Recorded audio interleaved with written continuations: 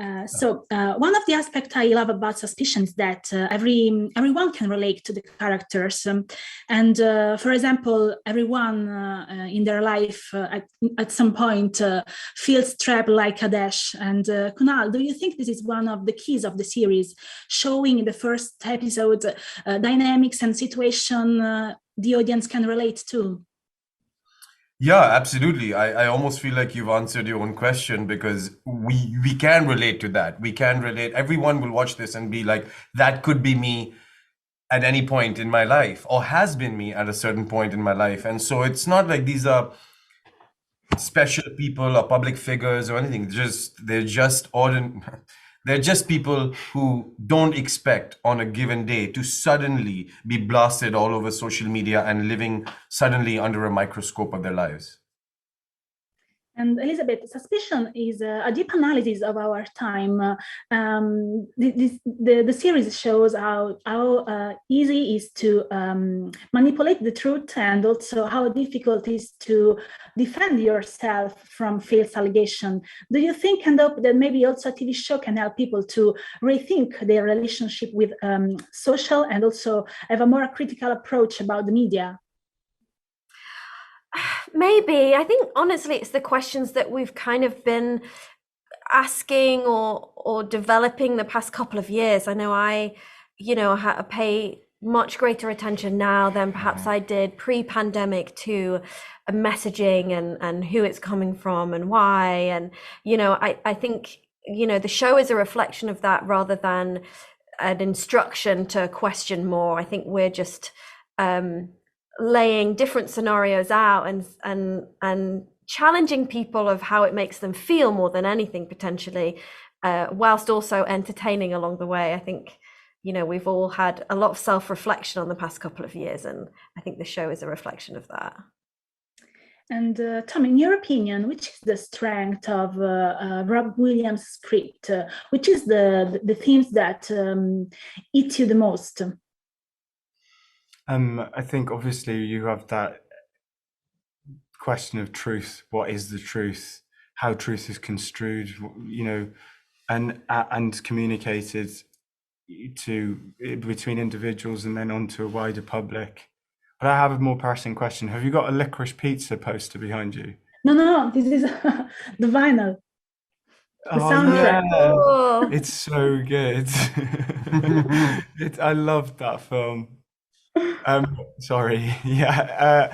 No, I think Rob's done an amazing job of adapting the show, and I think the story is really tightly raw and hopefully keeps us on the edge of our seats throughout the whole thing until it reaches its climactic conclusion where the meteor hits Times Square.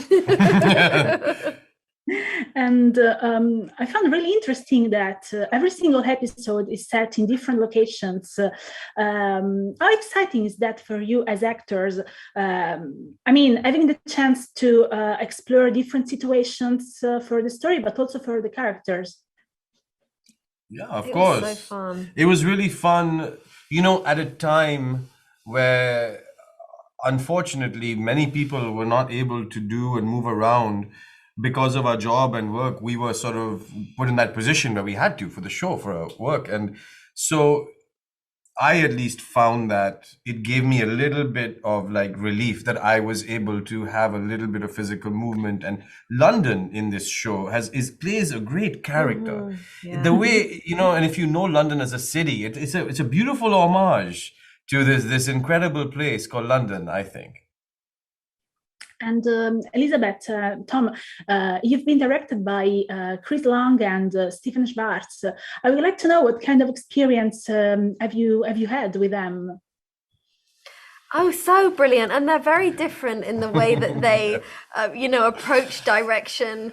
But this has been in all of our lives for a long time. But particularly Chris Long, he's been perhaps with this script one of the longest. And he's so passionate about finding those moments of magic, and as an actor to be able to really delve into it with somebody that's so talented, and just I think we were all just such huge fans of his work, was really special. And we got rehearsal time, we got just such great conversations, and as an ensemble we got to kind of give each other, like, I don't know, like, when you're around people that are passionate about, like, that are geeks about the same thing that you geek out about, it's magic. Also, Stefan and Chris have worked or collaborated together for years. Yeah, they're so best buds. It's kind of unusual to have, only 2 directors on a show, on an 8-episode show, let alone 2 that have collaborated and worked together so tightly. So we were all on the same page, and they made sure that everything was sort of headed in the same direction as captains, I suppose. They may say differently about scenes we were all in together. There's a couple scenes that they might be like, I didn't have Whenever a great all day of us that were day. together, we were just so much trouble. All we did was this, just banter. And then every time it's action, it's like, you lied to me! You lied to me! And then it's like, cut, and like, like that's... Did you hear that flawless transition into Flawless, his what a great accent. What a guy.